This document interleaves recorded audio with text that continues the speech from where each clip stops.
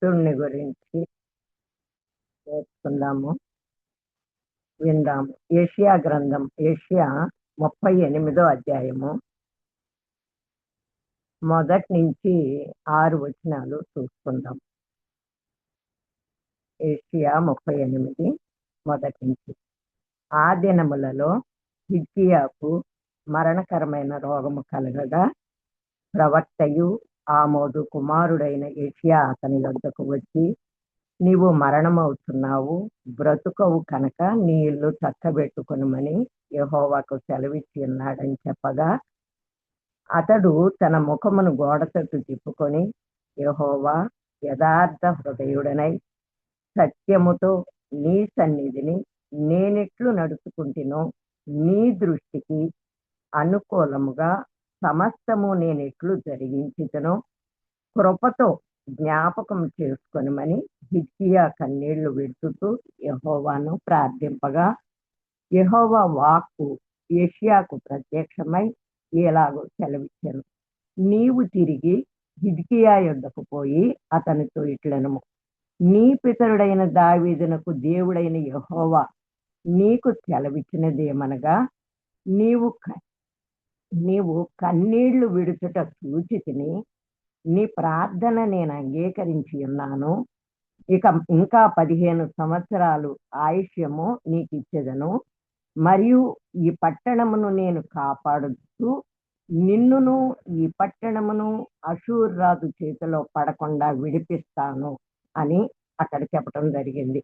ఆ చెప్పటమే కాదు, అది నెరవేర్చడానికి ఒక సూచన కూడా ఆ కింద ఇవ్వటం జరిగింది. అది తర్వాత చూసుకోవచ్చు. కానీ ఇక్కడ భక్తుడికి మరణకరమైన రోగం వచ్చింది.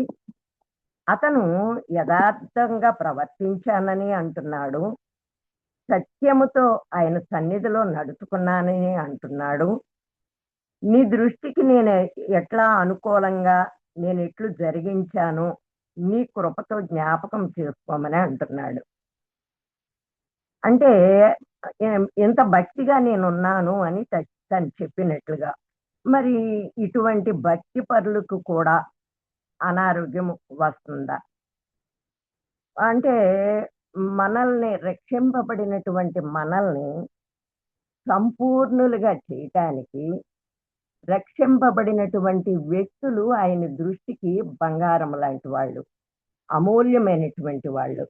అయితే మరి ఆయన మనల్ని రక్షించి యథార్థవంతులుగా పరిశుద్ధులుగా మనల్ని చేస్తూ వచ్చారు. అంటే అప్పటి వరకు మనం చేసిన వాటి విషయంలో ఆ పాపము క్షమించి మనల్ని ఆ రకంగా చేశారు.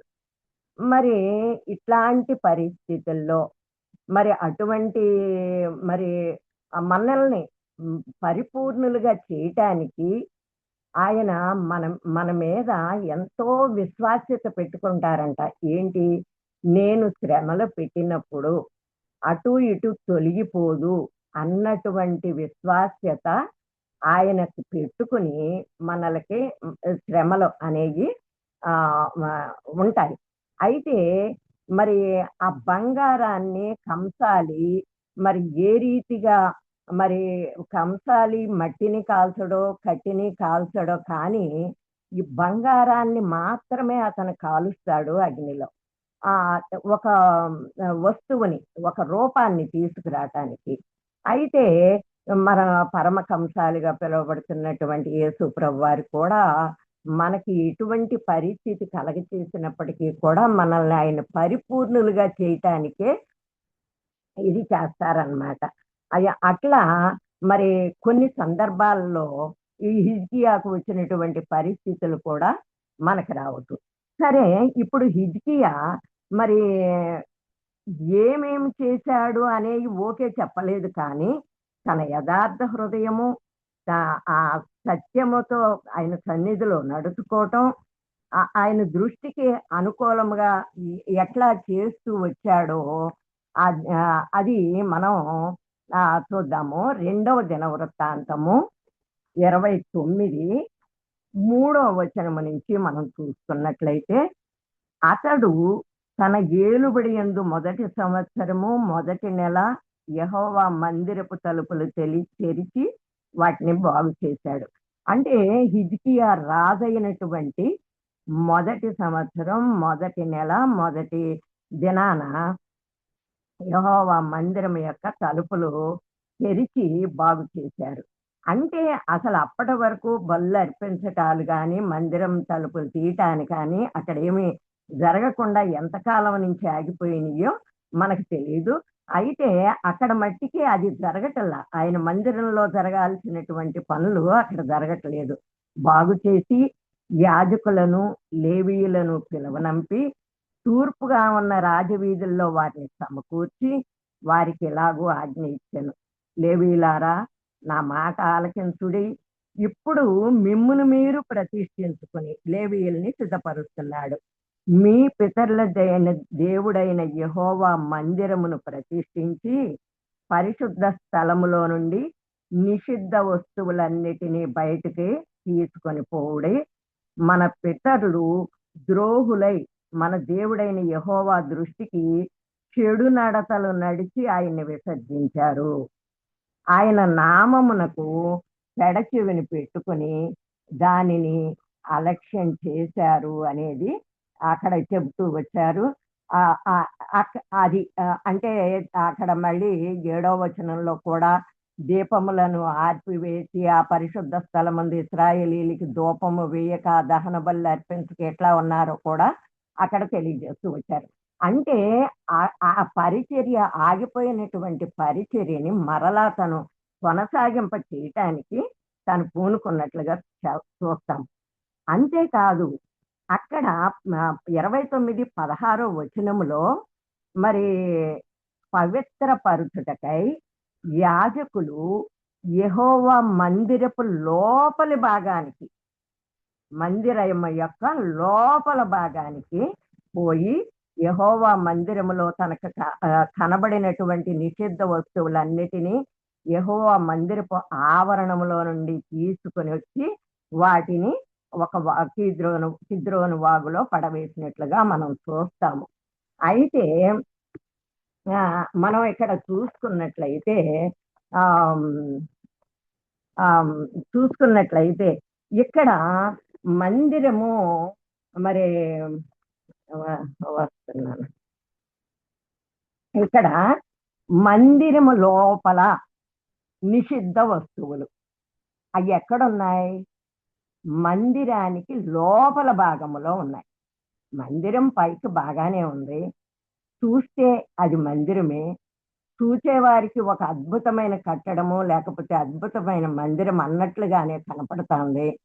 చక్కని మందిరమే కానీ అని చూసిన వాళ్ళు కూడా చక్కని మందిరం ఉందని పొగడొచ్చు, కానీ లోపలికి వెళితే గాని తెలియలేదు అన్ని నిషిద్ధ వస్తువులు ఉన్నాయి అని.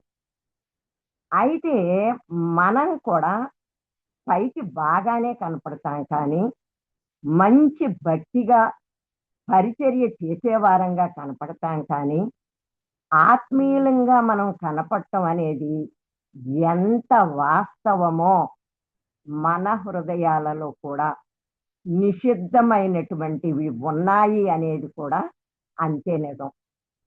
మనం చేసే ప్రార్థన దేవుడు ఆలకించాలి అంటే మన హృదయం అనే గదిలోనికి చూచి మన హృదయంలో దేవునికి అయిష్టమైనవి, నిషిద్ధమైనవి ఏవైతే ఉన్నాయో మనం తెలుసుకుని వాటిని బయటికి తెచ్చే వారంగా ఉండాలి, వాటిని పారవేసే వారంగా ఉండాలి.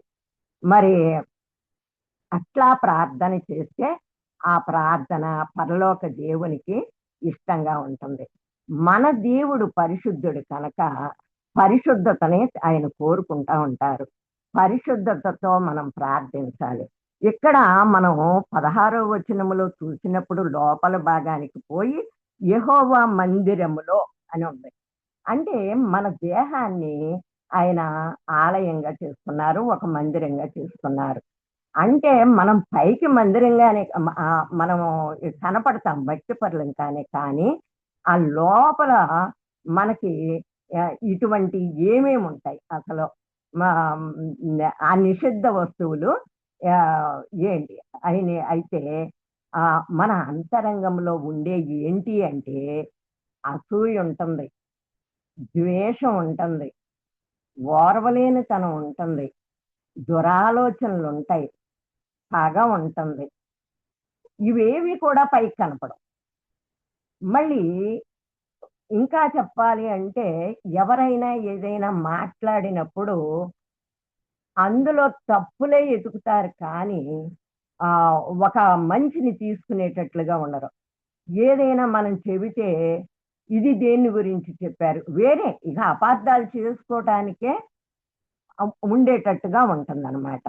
ఇప్పుడు ఇక్కడ లోపల అసూయ ఉంటే బయటికి కనపడుతుందా? ద్వేషం, మనుషుల్లో ద్వేషం ఉన్నా అది కనపడదు.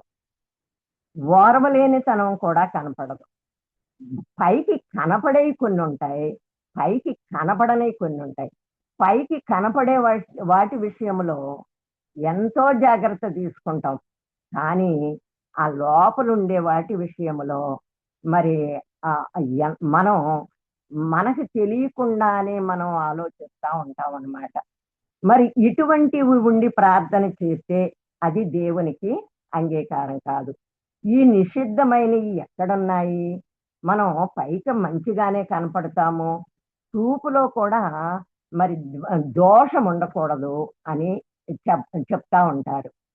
మరి మనం శరీరంతో ఎవరిని కొట్టకపోయినప్పటికీ కూడా హృదయంలో, మనస్సులో అనుకుంటారు, నా రక్షణ గనక ఒక్కసారి పక్కన పెట్టానంటే అంతు చూడకపోదునా అనేటటువంటి భావన మనసులో ఉన్నది ఎవరికైనా బయటికి కనపడుతుందా? కనపడదు. నేను వెనక ఉన్న స్థితిని నేను మరలా నేను నేను గనక అది ఇది మొదలు పెడితే ఎవరో తట్టుకోలేరు అని అంటారు.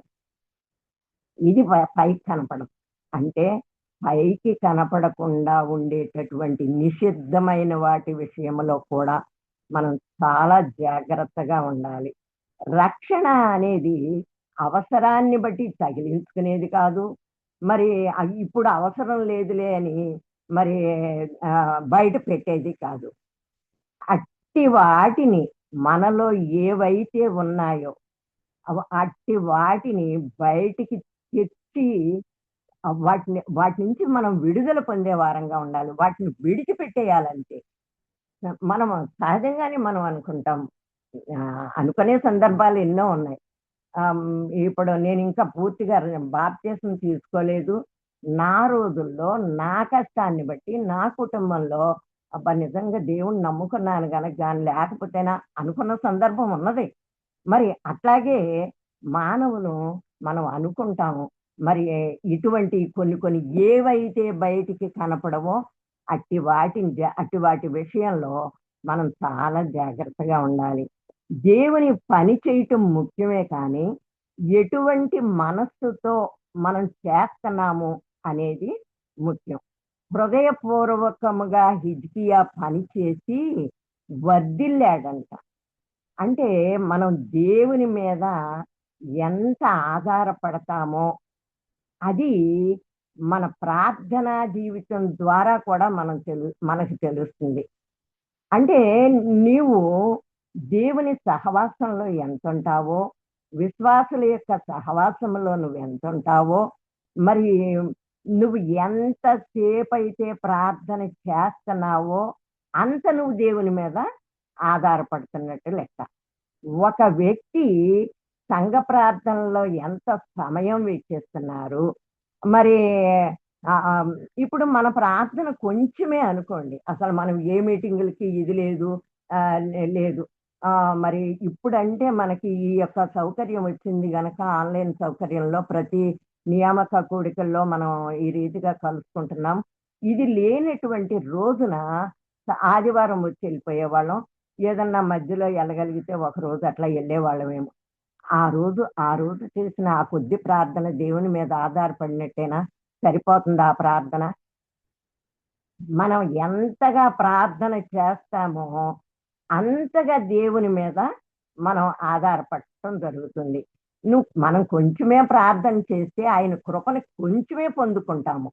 అట్లా మరి మనం ఆయన మీద గనక మనం విశ్వాసం ఉంచినట్లయితే మనం ఎప్పుడూ కూడా సిగ్గుపడం. మరి రోమీయులకు రాసిన పత్రిక 10వ అధ్యాయము 11-13 వరకు గనక చూసుకున్నట్లయితే, రోమీయులకు రాసిన పత్రిక 10, 11-13 వరకు. ఏమనగా ఆయన యందు విశ్వాసముంచు వాడెవడును సిగ్గుపడడని లేఖనము చెప్పుతున్నది. యూదుడని గ్రీసు దేశస్థుడని భేదము లేదు, ఒక్క ప్రభువే అందరికీ ప్రభువై ఉండి తనకు ప్రార్థన చేయు వారి అందరి ఎడల కృప చూపుటకు ఐశ్వర్యవంతుడై ఉన్నాడు. ఎందుకనగా ప్రభువు నామమును బట్టి ప్రార్థన చేయు వాడెవడో వాడు రక్షించబడును. ఇక్కడ దీని అర్థం ఏంటి అంటే, ఒక్క ప్రభువే అందరికీ ప్రభు. ప్రభు ఒక్కడే అందరికి ప్రభు. నిజంగానే నేను రక్షణ పొందనప్పుడు నాకు ప్రభువే, నేను ఆయన్నే నమ్మాను. కానీ మరి ఎవరైతే తనకు ప్రార్థన చేస్తా మరి ఎక్కువగా ప్రార్థనలో గడుపుతా ఉంటారో తనకు ప్రార్థన చేయువారందరి ఎడల కృప చూపిస్తారు. ప్రభువే, రక్షణ పొందిన వాళ్ళందరికీ ప్రభువే. ఇప్పుడు దూరంగా, సంఘానికి దూరంగా ఆదివారం ఒక్కరోజే వచ్చి గనక వెళ్ళిపోతే వాళ్ళకి ప్రభువే. మరి ప్రార్థన చేయకుండా గనక ఉంటే కృప ఎట్లా పొందుకుంటారు? సంఘముతో సహవాసము లేకుండా, ప్రార్థన లేకుండా ఎట్లా పొందుకుంటారు? అందుకే ఇక్కడ రాయబడింది, ప్రభువు ఒక్క ప్రభువే అందరికీ ప్రభువు అయినా తనకు ప్రార్థించే వారే అందరి ఎడల కృప చూపిస్తాడు అనేది. అందుకే సంఘాన్ని గాని సహవాసాన్ని గాని ఎప్పుడూ మనం విడిచిపెట్టే వారంగా మనం ఉండకూడదు. ఇక్కడ అందరికీ ప్రభు అయినప్పటికీ కూడా కొందరే ఇక్కడ కృప పొందుకుంటున్నారు. ఆ కృప పొందుకునే వాళ్ళు ఎవరు అంటే, ఆయన నామములో ప్రార్థన చేసిన వారు మాత్రమే కృప పొందుకుంటున్నారు. అట్టి కృప మరి ఇక్కడ హిజ్కియాని మనం చూడవచ్చు. అయితే మళ్ళీ మనం చూసుకున్నట్లయితే 2వ దినవృత్తాంతము మళ్ళీ 2వ దినవృత్తాంతము 30వ అధ్యాయములో మరి అక్కడ హిజ్కియా ఏం చేశాడంటే, మరి అందరినీ సమకూర్చటానికి ఇశ్రాయేలీల వారికి, యోధా వారికి అప్పటికి ఎవరి కాళ్ళు వేరు వేరుగా మరి యెరోబాము ఇచ్చినటువంటి రాజ్యాల విషయంలో మరి యోధా వారు రాజ్యం అక్కడ వాళ్ళు రెహబాము విషయంలో ఇట్లా వేరైపోయినప్పుడు యెరోబాము వీళ్ళని అవతలకి వెళ్ళనివ్వకుండా చేసినటువంటి ఆ సందర్భాల్లో ఎవరికి వాళ్ళే ఉన్నట్లుగా స్తబ్దుగా ఉండిపోయేవారు అక్కడ. అయితే హిజ్కియా అట్లా చేయకుండా మరి హిజ్కియా ఇశ్రాయేలీయుల దేవుడైన 31లో యెహోవాకు పస్కా పండుగ ఆచరించుటకై యెరూషలేములో ఉన్న యెహోవా మందిరమునకు రావలసినదని ఇశ్రాయేలు వారందరినీ, యోధా వారందరికీ వర్తమానం పంపించడం జరిగింది. అది 5వ వచనం చివరిలో బెయేర్షెబా నుండి మొదలుకొని దాను వరకు కూడా దేశమంతా సాటించడం జరిగింది. అంటే వీళ్ళిద్దరినీ కూడా మరి ఆ పస్కా పండుగ ద్వారా సమాధానపరుస్తూ వచ్చాడు. ఎంతో కాలం నుంచి వాళ్ళకి అక్కడ సమాధానం లేదు. సమాధాన పరిచిన వాడుగా మరి ఉంటూ వచ్చాడు. మళ్ళీ 30వ అధ్యాయంలోనే 20వ వచనాన్ని మనం 19వ వచనాన్ని చూసుకున్నట్లయితే, ఈ హిజ్కియా పరిశుద్ధ స్థలము యొక్క శుద్ధీకరణము చొప్పున తన్ను పవిత్రపరచు కొనకయే తమ పితరుల దేవుడైన యెహోవాను ఆశ్రయించని మనస్సు నిలుపుకొనిన ప్రతివారి నిమిత్తము దయగల యెహోవా ప్రాయశ్చిత్తము చేయునుగాక అని ప్రార్థిస్తూ వచ్చాడు. అంటే వాళ్ళ పితరులైన దేవుడైన యెహోవాను ఆశ్రయించడానికి మనసు నిలుపుకున్నారు, కానీ వాళ్ళు పవిత్రపరచుకోలేదు. వాళ్ళల్లో ఉన్నటువంటిది దాన్ని అది తీసివేసుకోలేదు, మనసు అయితే నిలుపుకున్నారు దేవుని మీద. కానీ వాళ్ళకి వాళ్ళు పవిత్ర పరచుకోలేదు. మరి ఆ శుద్ధీకరణ చొప్పున పవిత్ర పరచుకోలేదు. ఇక్కడ అట్టి వారి కొరకు హిజ్కియా ప్రార్థించగా ఆ హిజ్కియా చేసిన ప్రార్థన అంగీకరించి జనులను స్వస్థపరిచాను. అది ఆత్మీయంగాను మనం చూడొచ్చు, శారీరకంగాను కూడా చూడొచ్చు. ఆత్మీయంగా వాళ్ళని సరిదిద్దటానికి స్వస్థత కలిగి ఉండొచ్చు, జనులను స్వస్థపరిచి ఉండొచ్చు. మరి ఇంత కార్యాలు మరి హిజ్కియా ద్వారా జరుగుతూ వచ్చినప్పటికీ మరి మరి తను ప్రార్థన చేస్తే మరి ఆ ఎదటి వారికి కూడా మరి స్వస్థత కలిగినటువంటి ఆ పరిస్థితుల్లో కూడా మరి తనకు వచ్చినటువంటి ఆ యొక్క ఇదిని బట్టి నన్ను జ్ఞాపకం చేసుకోమని మరి తను అంటూ వచ్చాడు. మరి అయితే ఇంకా ఒక చోట 31వ అధ్యాయములో 20వ వచనాన్ని మనం చూసుకున్నట్లయితే, హిజ్కియా యూదా దేశమంతటను ఎలాగూ జరిగించి తన దేవుడైన యెహోవా దృష్టికి అనుకూలముగాను యథార్థముగాను నమ్మకంగాను పని చేస్తూ వచ్చాను. ఇది ఈ చేసిన పనులన్నిటినీ కూడా ఇట్లా చేశాడు అని దేవుడు జ్ఞాపకం చేసుకుంటూ వచ్చాడు. తను అంటూ వచ్చాడు, నేను యథార్థంగా ఉన్నాను, నీ దృష్టికి అనుకూలంగా చేస్తూ వచ్చాను, అవన్నిటినీ జ్ఞాపకం చేసుకోమని. అంటే ఇక్కడ ఈ 20వ వచనములో ఆ యోధా దేశం అంతటిని ఎట్లాగా జరిగించి అక్కడ సమాధానపరిచాడు, మందిరంలో ఉన్న నిషిద్ధ వస్తువులను బయటకు పారవేస్తూ వచ్చాడు, లేవీయులను సిద్ధపరుస్తూ వచ్చాడు, మందిర తలుపులు తెరిచి ఈ ప్రతి నిత్యము కూడా అక్కడ బలులు అర్పించటానికి కూడా అక్కడ తను చేస్తూ వచ్చినటువంటి ఈ పని అంతటిని కూడా జ్ఞాపకం చేసుకోమని ఇక్కడ తను ఏదైతే అడిగాడో ఆ అడిగింది ఇక్కడ తన జీవితంలో జరిగిన ఈ దేవుడు జ్ఞాపకం చేసుకుంటూ వచ్చాడు. యెహోవా దృష్టికి అనుకూలముగాను యథార్థముగాను నమ్మకంగాను పనిచేస్తూ వచ్చాడు. అది 21 చివరిలో కూడా ప్రతి పని కూడా అతడు హృదయపూర్వకముగా జరిగించి వర్ధిల్లుతూ వచ్చాడు అనేది కూడా ఇక్కడ రాయబడుతూ వచ్చింది. హృదయపూర్వకంగా చేస్తూ వచ్చాడు.